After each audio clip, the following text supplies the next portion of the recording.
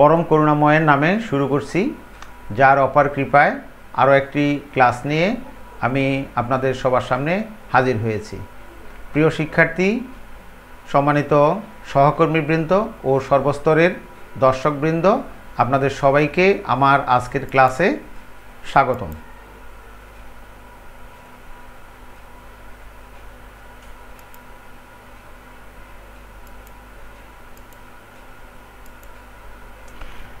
শিক্ষার্থীবৃন্দ, বরাবরের মতোই শুরুতে আমার পরিচিতিটুকু দিই। আমি সঞ্জয় ভৌমিক, প্রভাষক প্রাণীবিদ্যা বিভাগ, গীতকালিন্দিয়া হাজরা আসমত ডিগ্রি কলেজ, ফরিদগঞ্জ, চাঁদপুর। শিক্ষার্থীবৃন্দ, আজকে আমি একাদশ শ্রেণীর জীববিজ্ঞান দ্বিতীয় পত্রের দ্বিতীয় অধ্যায়ের প্রাণীর পরিচিতি এই বিষয়টির উপর একটি ক্লাস নিতে যাচ্ছি। শিক্ষার্থীবৃন্দ, আমার মনে হয় তোমরা এতক্ষণে কাগজ কলম নিয়ে প্রস্তুত হয়ে বসে আছো।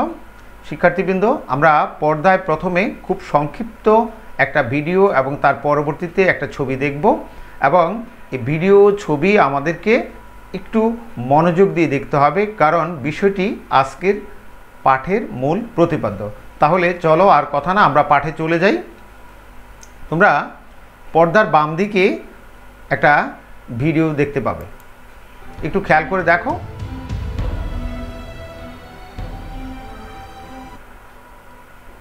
সংক্ষিপ্ত ভিডিওটি শেষ হলো। আমরা ভিডিওতে দেখতে পেলাম একটি প্রাণী নড়াচড়া করছে, তো তার অর্থাৎ লম্বা হাতের মতো কিছু যেন তার মধ্যে একটি মশার লার্ভা আটকে আছে। আমরা এর পরবর্তীতে ছবিটা একটু দেখি। ছবিতে দেখা যাচ্ছে পানিতে নিমজ্জিত কোনো একটা বস্তুর সাথে একটা প্রাণী লেগে আছে।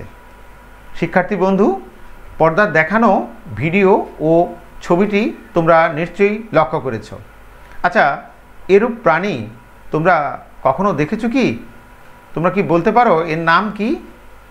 তোমাদের অনেকের কাছেই অপরিচিত।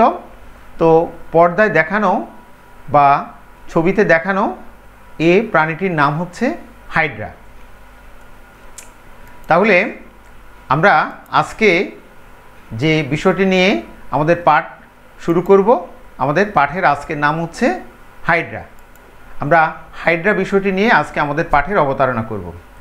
আমরা যদি আজকের পাঠটি সঠিকভাবে অনুসরণ করি, তাহলে আমরা পাঠ শেষে কি কি অর্জন করতে পারবো। আমরা শিক্ষার্থীরা পাঠ শেষে এই যে হাইড্রা একটা নাম বললাম, কেন এই নামকরণটা করা হয়েছে, এর নামকরণের পেছনে কারণ বা এই নামকরণের সার্থকতাটা কি আমরা বলতে পারবো। তারপরে আমরা হাইড্রার স্বভাব এবং বাসস্থান সম্পর্কে বলতে পারবো। তারপরে আজ যেটা বলতে পারবো সেটা হচ্ছে হাইড্রার বাহ্যিক গঠন, অর্থাৎ হাইড্রা নামক এই যে প্রাণীটা, সেটা কি কি অংশ নিয়ে গঠিত এবং কোন অংশকে কি বলে, কোন অংশে কি জিনিস আছে, আমরা অন্তত এই তিনটে মৌলিক জিনিস আজকের পাঠ শেষে আমরা বলতে পারবো অথবা ব্যাখ্যা করতে পারবো। শিক্ষার্থীবৃন্দ, আমরা পর্দায় বামে কিছু লেখা এবং ডানে এক ব্যক্তির ছবি দেখছি। আমরা কথাগুলো শুনতে শুনতে ছবিটার দিকে একটু তাকিয়ে দেখি। তো এই যে হাইড্রা নিয়ে আজকে আমাদের পাঠ, এই হাইড্রা হচ্ছে একটা দ্বিস্তরী প্রাণী। আর আরেকটা জিনিস তোমরা লাইনের শুরুতে দেখতে পাচ্ছ, এটা পুনরুৎপত্তির ক্ষমতা সম্পন্ন প্রাণী। পুনরুৎপত্তি অর্থাৎ ধরো আমরা একজন ব্যক্তি, আমাকে যদি কেউ মেরে ফেলে আমার আর বেঁচে থাকার কোনো সুযোগ নেই, কিন্তু হাইড্রা এমনই একটা প্রাণী, তাকে কেউ যদি কোনো কিছু দিয়ে কেটে টুকরোও করে ফেলে, তারপরেও দেখা যায় ওই টুকরা থেকে আবার নতুন হাইড্রা জন্ম নিতে পারে। যে কারণে এই ধরনের ঘটনার জন্য আমরা এটাকে বলেছি এটা পুনরুৎপত্তির ক্ষমতা সম্পন্ন প্রাণী। হাইড্রা বিষয়ে বলতে গেলে বলতে হয় 1702 সালে একজন বিজ্ঞানী, যার নাম হচ্ছে অ্যান্টনি ভ্যান লিউয়েনহুক, তো ইনি এই হাইড্রা আবিষ্কার করেন। পরবর্তীতে সুইজারল্যান্ডের আরেকজন বিজ্ঞানী, যার নাম হচ্ছেন আব্রাহাম ট্র্যামলে, উনি 1744 সালে হাইড্রাকে পুনরুৎপত্তি ক্ষমতা সম্পন্ন প্রাণী হিসেবে প্রকাশ করেন। তাহলে আমরা পর্দায় যার ছবি দেখতে পাচ্ছি, ইনি হচ্ছেন হাইড্রার আবিষ্কারক, ওনার নাম হচ্ছেন অ্যান্টনি ভ্যান লিউয়েনহুক। আর আরেকজন বিজ্ঞানীর কথা বলেছি যার নাম হচ্ছে আব্রাহাম ট্র্যাম্বলে।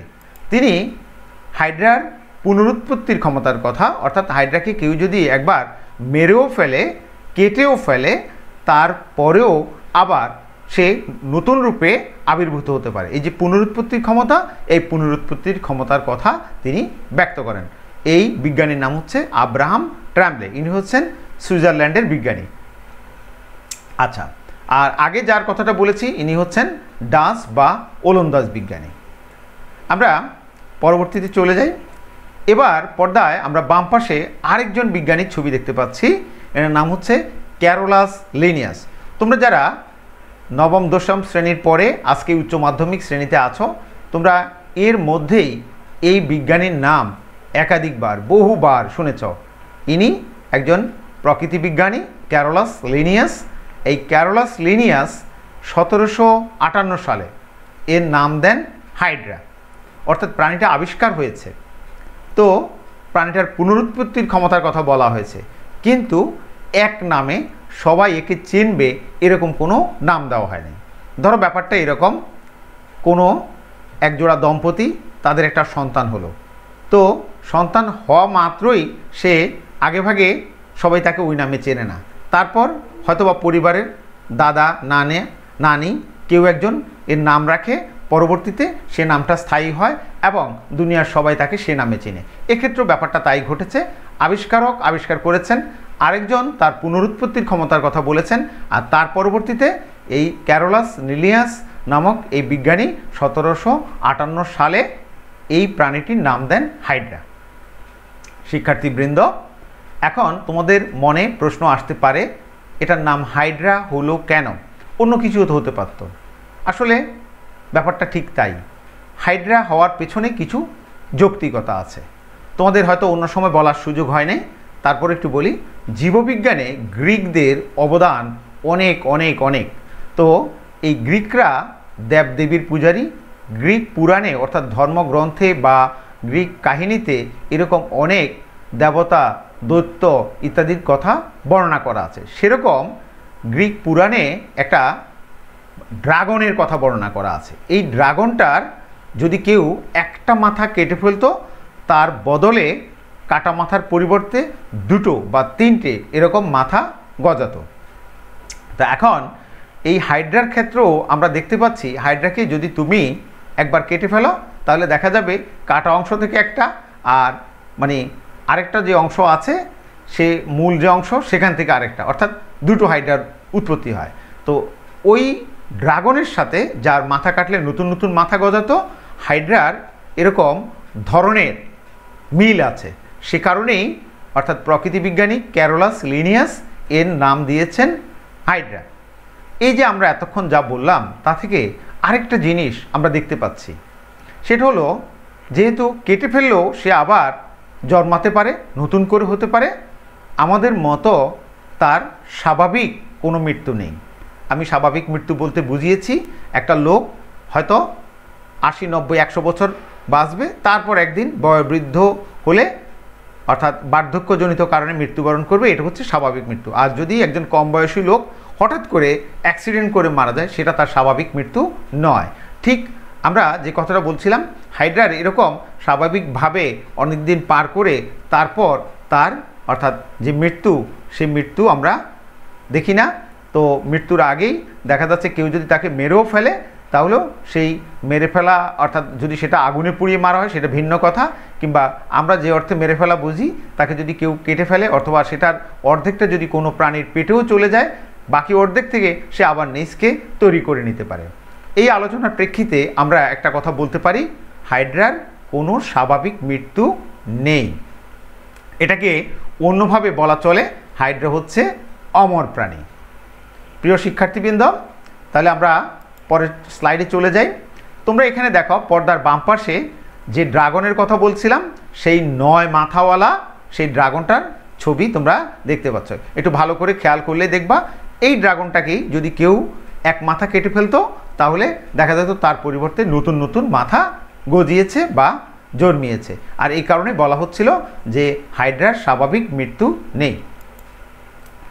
আমরা আজকের পাঠে শিকন ফলের মধ্যে একটা আইটেম রেখেছিলাম যে হাইড্রার বাসস্থান ও স্বভাব, অর্থাৎ হাইড্রা কেমন স্বভাবের প্রাণী, কোথায় সে বাস করে। তো দেখো, আমরা জানি পৃথিবীতে 4 ভাগের মধ্যে 3 ভাগ হচ্ছে জল, 1 ভাগ হচ্ছে স্থল। এই যে 3 ভাগ জল, এই 3 ভাগ জলের পুরাটা কিন্তু তোমার আমার বাড়িতে যে পুকুর আছে কিংবা আমাদের বাড়ির পাশ দিয়ে যে নদী বয়ে গেছে এরকম সুপেয় পানি না। অর্থাৎ এই পানির কোথাও কোথাও হয় রূপ লবণাক্ত, কোথাও কোথাও হয় মিঠা পানি। তা আমরা যে হাইড্রার কথা বলছি, এই হাইড্রাটা হচ্ছে একটা মিঠা পানির বাসিন্দা প্রাণী। তো আরেকটা জিনিস, প্রাণীদের কিন্তু বিভিন্ন ধরন আছে। যেমন আমাদের অনেকেরই পেটে বিভিন্ন সময় কৃমি জন্মায়। তো এই কৃমিটা কিন্তু পরজীবী প্রাণী, সেটা মানব শরীরের বাইরে স্বাধীনভাবে বাঁচতে পারে না। তো এখন এই যে হাইড্রা, এই হাইড্রাটা দেখা যাচ্ছে অন্য প্রাণীর আশ্রয় ছাড়া নিজেই স্বাধীনভাবে বাঁচতে পারে। অর্থাৎ আমরা বইয়ের ভাষায় একে বলবো মুক্তজীবী প্রাণী। তাহলে একদিকে যেমন মিঠা প্রাণীর প্রাণী, অন্যদিকে তেমনি এটা হচ্ছে মুক্তজীবী প্রাণী। এখন প্রশ্ন হচ্ছে, মিঠা পানি কিন্তু ধরন ভিন্ন আছে। আমার পুকুরের পানি কোনো দিকে যায় না, সেখানে কিন্তু মানে জোয়ার হয় না, ভাটা হয় না, কিন্তু নদীতে কিন্তু জোয়ার ভাটা হয়।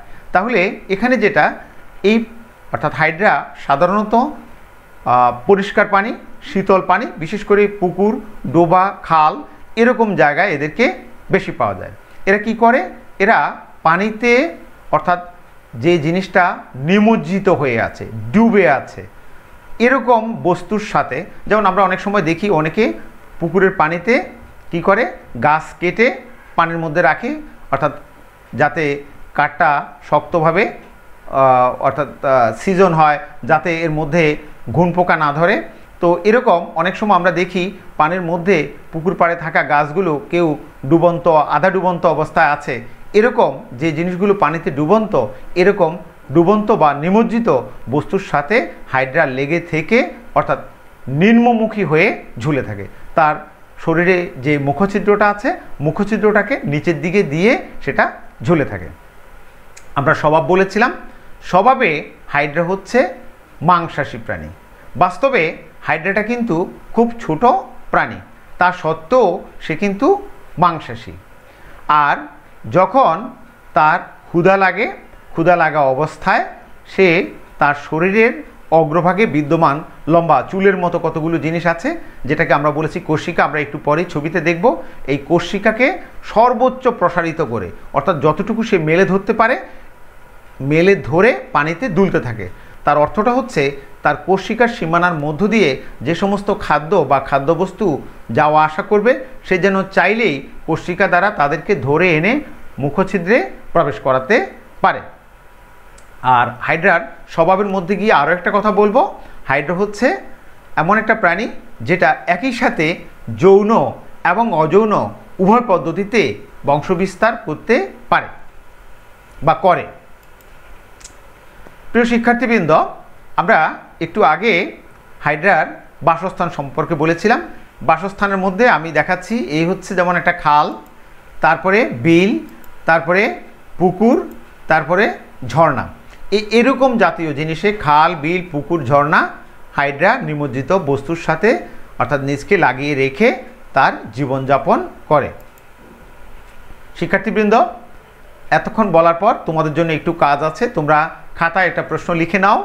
হাইড্রাকে অমর প্রাণী বলা হয় কেন? এ পর্যন্ত একাধিকবার বিভিন্ন কলেজের পরীক্ষায়, এমনকি শিক্ষা বোর্ডের অর্থাৎ ফাইনাল পরীক্ষাও এই প্রশ্নটা এসেছে। তোমরা প্রশ্নটা লিখে নাও, হাইড্রাকে অমর প্রাণী বলা হয় কেন?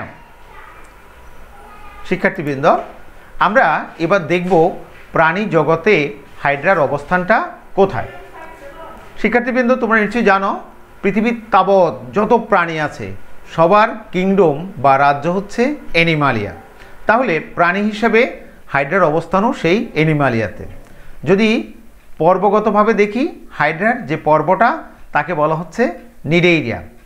ক্লাস, এটা যে শ্রেণীর প্রাণী তার নাম হচ্ছে হাইড্রোজোয়া। অর্ডার বা পর্ব, এর অর্ডারের নাম হচ্ছে হাইড্রোয়েডা। তারপরে ফ্যামিলি হাইড্রোইডি, তারপরে জেনাস হাইড্রা, আর স্পিসিস হচ্ছে হাইড্রা ভালগারিস। আসলে স্পিসিস অনেক স্পিসিস আছে, মানে অনেক প্রজাতি আছে, সে সম্পর্কে একটু পরেই বলছি। আর মোটামুটি হাইড্রাকে দেখতে আমরা এরকম দেখাবো। উপরে এই যে চুলের মতো এই গঠনগুলো, এগুলাকে বলা হচ্ছে কোষিকা। আমরা একটু পরে তার পরিচয় দেব। শিক্ষার্থীবৃন্দ, পৃথিবীতে অর্থাৎ যারা মিঠা পানিতে বাস করছে এরকম হাইড্রার সন্ধান পাওয়া গেছে এ যাবৎ প্রায় 40 প্রকারের। অর্থাৎ আমরা অন্য কথা বলতে পারি পৃথিবীতে 40 প্রজাতির হাইড্রা পাওয়া যায়। তার মধ্যে আমাদের বাংলাদেশে 3 প্রজাতির হাইড্রা সবচেয়ে বেশি পাওয়া যায়। এগুলোর নামগুলো আমি বলে দিচ্ছি। প্রথম হচ্ছে হাইড্রা অলিগাকটিস, দ্বিতীয় হচ্ছে হাইড্রা ভিরিডিসমা, তৃতীয় হচ্ছে হাইড্রা ভালগারিস বা ভলগারিস, যাই বলুন। আমরা দ্বিতীয়তে যে অর্থাৎ হাইড্রাটির নাম দেখিয়েছি হাইড্রা ভিরিডিসমা, এটার এক এক সময় এক এক রকম নাম আমরা দেখি। এটাকে কেউ ক্লোরোহাইড্রা ভিরিডিসমাও বলে, কেউ বা আবার হাইড্রা ভিরিডিসও বলে। তো আমরা এখানে যে কারণে এটার নাম দিয়েছি হাইড্রা ভিরিডিসমা। এই 3 প্রজাতির হাইড্রা আমরা বাংলাদেশের বিভিন্ন জলাশয়ে দেখে থাকি। প্রিয় শিক্ষার্থী, আমরা এবার দেখব হাইড্রার বাহ্যিক গঠনটা বাইরে থেকে দেখতে কেমন। শিক্ষার্থীবৃন্দ, এই যে হাইড্রার দেহটা আমরা ছবিতে দেখেছি শুরুতে একটু লম্বা এবং নলাকার। এই হাইড্রার কিন্তু আমার বা তোমার মতো মুখছিদ্র এবং পায়ুছিদ্র উভয়টা কিন্তু নেই। হাইড্রার মুখছিদ্র আছে এবং অপর দিকটা বন্ধ। তো আমরা এখানে এই মুখছিদ্রের দিকটাকে বলবো ওরাল প্রান্ত, আর মুখছিদ্রের যে বিপরীত দিক সেটাকে অ্যাবোরাল প্রান্ত আমরা বলবো। তাহলে এর মুখছিদ্র বা মুখপ্রান্তীয় দিকটা হচ্ছে খোলা আর বিপরীত প্রান্তীয় দিকটা হচ্ছে বন্ধ। আরেকটা জিনিস দেখো, এই জিনিসটাকে যদি তুমি এরকম লম্বালম্বিভাবে সমান অংশে ভাগ করো, তাহলে আমরা প্রথম অধ্যায়ে যখন পড়ব তখন আমরা সেখানে দেখব অরীয় প্রতিসম বলে একটা কথা আছে। অর্থাৎ অরীয় প্রতিসম হচ্ছে কোনো কিছুকে তার লম্বা অক্ষ বরাবর যদি সমান অংশে ভাগ করা হয়, তাহলে 2 এর বেশি ভাগ যদি করা যায় সেটাকে বলা হবে অরীয় প্রতিসম। তো এই প্রাণীটা প্রতিসম দিক থেকে চিন্তা করলে এটা হচ্ছে অরীয় প্রতিসম। এখন তোমার মনে নিশ্চয়ই প্রশ্ন উঠতে পারে, স্যার ছবিতে তো অনেক বড় দেখাচ্ছেন বা যেভাবে বলছেন হাইড্রা প্রাণীটা বোধহয় অনেক বড়, আসলে এটা কতটুকু আমরা কিভাবে বুঝবো? তোমাদের জ্যামিতির বক্সে তোমরা ছোট একটা স্কেল দেখো, সেই স্কেলে তোমরা দেখবা একদিকে যেমন ইঞ্চির দাগ কাটা আছে, অন্যদিকে সেন্টিমিটার মিলিমিটারের দাগ কাটা আছে। তো এই যে মিলিমিটারের কথা বলছি, প্রতি 10 মিলিমিটার হচ্ছে 1 সেন্টিমিটার। সেরকম এটা যদি লম্বাতে দেখতে যাও, একটা হাইড্রা 10 থেকে 30 মিলিমিটার, অর্থাৎ সর্বোচ্চ সেটা কোষিকা সহ 3 সেন্টিমিটার পর্যন্ত হতে পারে। আর যদি পাশে দেখতে যাও পাশটা, তাহলে সেটা হচ্ছে 1 মিলিমিটার চওড়া। তো আসলে যতটুকু প্রাণী, এটাকে যে তুমি খুব বড় ভালো করে দেখবা লাফালাফি করতে তা কিন্তু না, খালি চোখে প্রাণীটাকে দেখা যায়। তবে সরল অনুবীক্ষণ যন্ত্র হলে আরও ভালো দেখা যায়। একদম যে অনুবীক্ষণ যন্ত্র ছাড়া দেখা যাবে না তা কিন্তু না। তো এই হচ্ছে গিয়ে হাইড্রার অর্থাৎ কতটুকু লম্বা এবং কতটুকু পাশে। হাইড্রা অনেকটাই পানিতে থাকে, পানির কালার। আর আমরা ভালো করে জানি পানিকে যখন যে পাত্রে রাখা হয় সে পাত্রের আকার ধারণ করে। এই হাইড্রার দেহটাও অনেকটাই স্বচ্ছ, যে কারণে সে যে সময় যা খায় এটার উপর নির্ভর করে তার দেহের রং ভিন্ন ভিন্ন রকমের হয়ে থাকে। তো অর্থাৎ সহজ কথা হচ্ছে গৃহীত খাদ্যের উপর ভিত্তি করে হাইড্রার দেহের রঙের পরিবর্তন আমরা দেখতে পাই। তো একটা হাইড্রাকে আমরা তার দেহে যা কিছু আছে আমরা সহজে বর্ণনার জন্য 3টে অংশে ভাগ করতে পারি। সর্বপ্রথম যে অংশটার কথা বলবো সেটা হচ্ছে হাইপোস্টোম। দ্বিতীয় যে অংশটা সেটা হচ্ছে তার দেহকাণ্ড, আর তৃতীয় অংশটা হচ্ছে তার পদতল। শিক্ষার্থীবৃন্দ, তোমরা একটু পর্দায় খেয়াল করো, আমরা একদম উপরে এখানে ছোট কতটুকু অংশ সেখানে আমরা দেখিয়েছি হাইপোস্টোম, তারপরে দেহের প্রায় বলতে গেলে পুরোটাই আমরা দেখিয়েছি দেহকাণ্ড, তারপর আমরা দেখিয়েছি পাদচাকতি। আমরা পরবর্তী স্লাইডগুলোতে আমরা এ সম্পর্কে একটু বিস্তারিত বলবো। প্রথমে আসো হাইপোস্টোম। হাইপোস্টোমটা আসলে কি? দেহের যে প্রান্তটা মুক্ত, অর্থাৎ আমি আগেই বলেছি যেখানে মুখছিদ্র আছে, মুখছিদ্রের পরবর্তীতে একটুখানি উঁচু মোচার মতো অংশ আছে, সেই অংশটাই হচ্ছে আমার হাইপোস্টোম। তো আমি অন্যভাবে বলতে পারি, অর্থাৎ হাইড্রা দেহের যে অংশটা বৃত্তাকার মুখছিদ্রকে ধারণ করে উপরে তুলে ধরে রেখেছে সেই অংশটাই হচ্ছে হাইপোস্টোম। আমরা এটা অনেক বর্ধিত করে এখানে একটা ছবি দিলাম। এই হলো আমার মুখছিদ্র। এই মুখছিদ্রটাকে অর্থাৎ দুদিক থেকে উপরে তুলে ধরে রাখা বাড়তি একটু মাংসল অংশ, এই অংশটাকে আমরা বলবো হাইপোস্টোম। তারপর আসো দেহকাণ্ড। দেখো যেখানটাতে ঠিক হাইপোস্টোমটা শেষ হয়, যেমন এখানে শেষ হলো, এর পদ থেকে একদম নিচের দিকে যেখানে পদতল বা পাদচাকতি আছে তার উপর পর্যন্ত যে পুরো অংশটা, সেই পুরো অংশটাই হচ্ছে আমার দেহকাণ্ড। তো দেহকাণ্ডে কিন্তু বিভিন্ন অংশ থাকে, তা আমরা এক এক করে দেহকাণ্ডে বিদ্যমান সেই অংশগুলোর নাম এবং পরিচয় এখন আমরা দেব। আমি আজকে আলোচনার শুরুতেই আমি চুলের মতো কতগুলো জিনিসকে আমি বলেছিলাম কোষিকা। আমরা প্রথমেই বলবো সেই কোষিকাটা কী জিনিস। শিক্ষার্থীবৃন্দ, যেখানে হাইপোস্টোমটা শেষ হয়, হাইপোস্টোমের গোড়া থেকে আমরা দেখি 6 থেকে 10টি প্রজাতিভেদে কম বেশি হয়, সুতার ন্যায় বা চুলের ন্যায় যাই বলো, ফাঁপা কতগুলো নল আকৃতি গঠন বের হয়।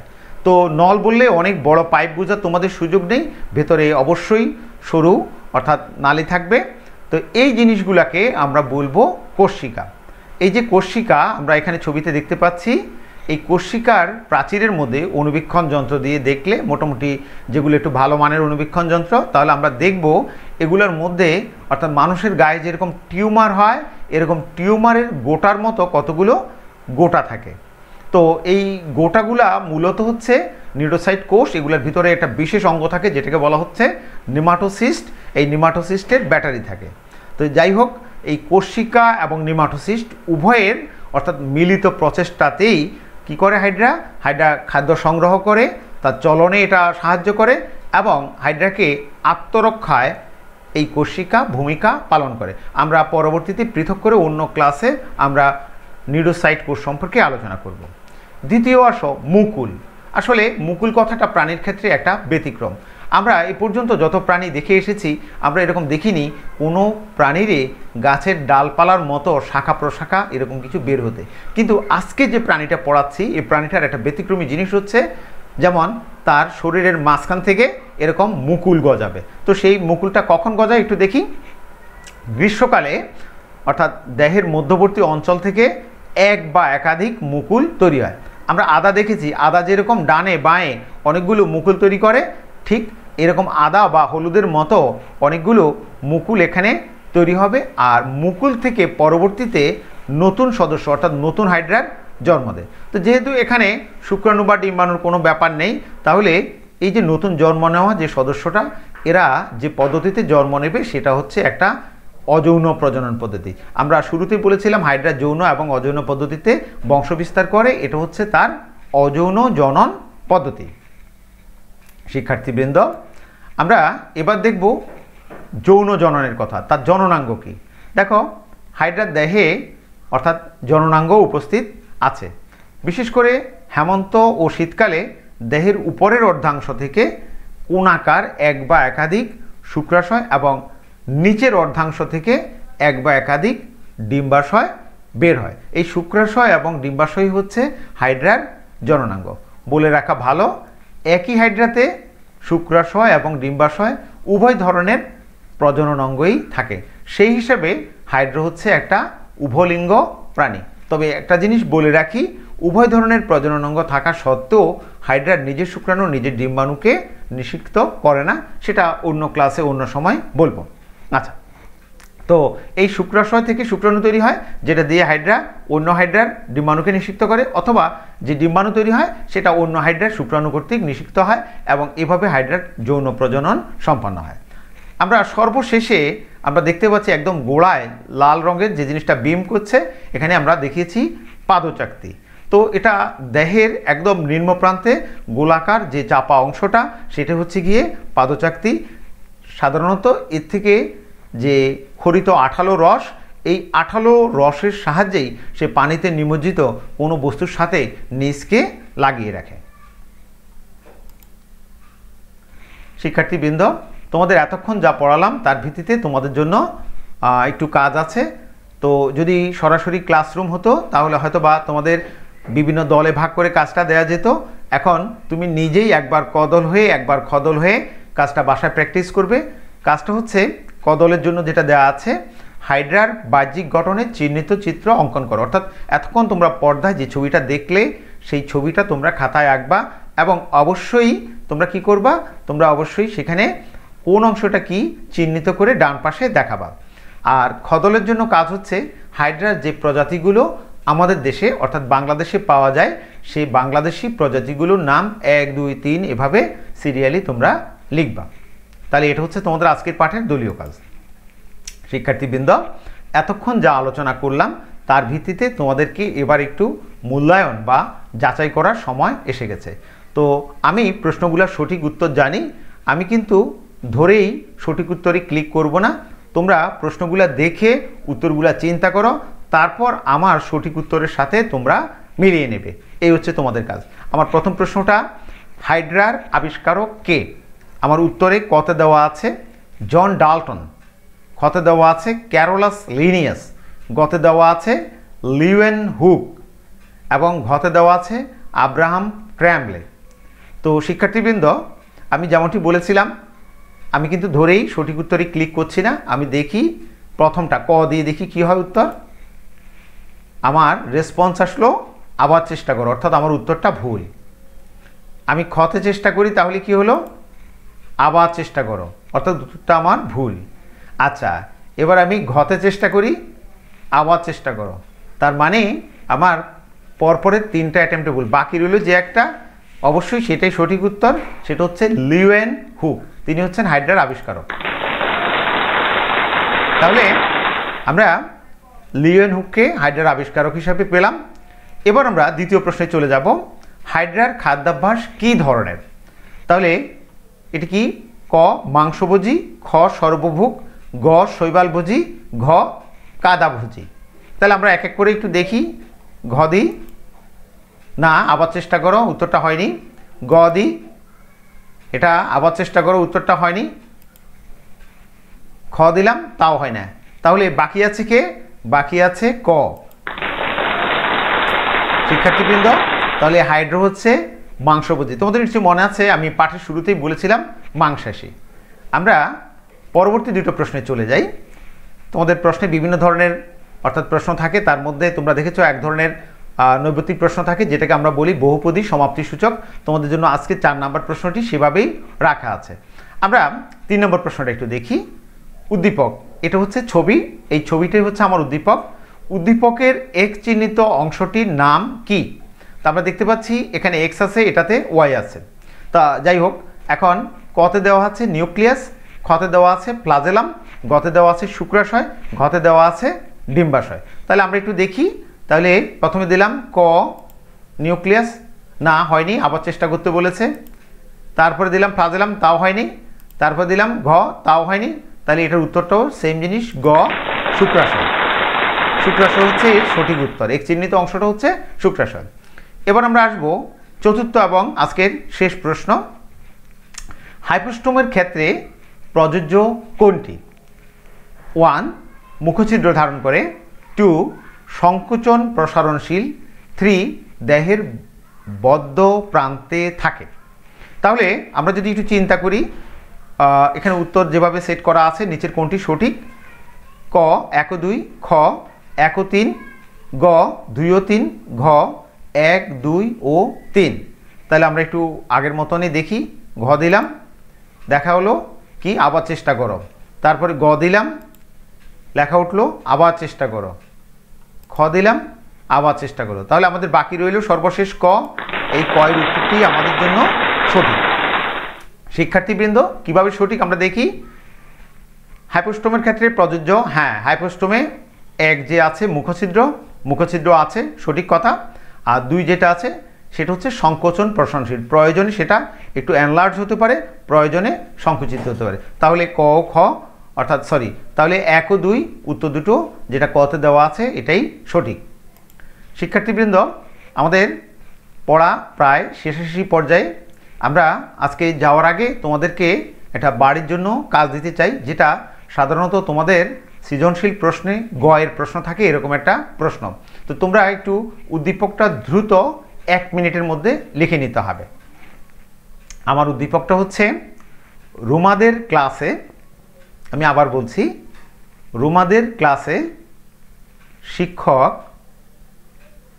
আজ মিঠা পানির একটি দ্বিস্তরী প্রাণী সম্পর্কে পড়ালেন। দাঁড়ি। এর দেহে 6 থেকে 10টি কোষিকা এবং দেহ 3টি প্রধান অংশে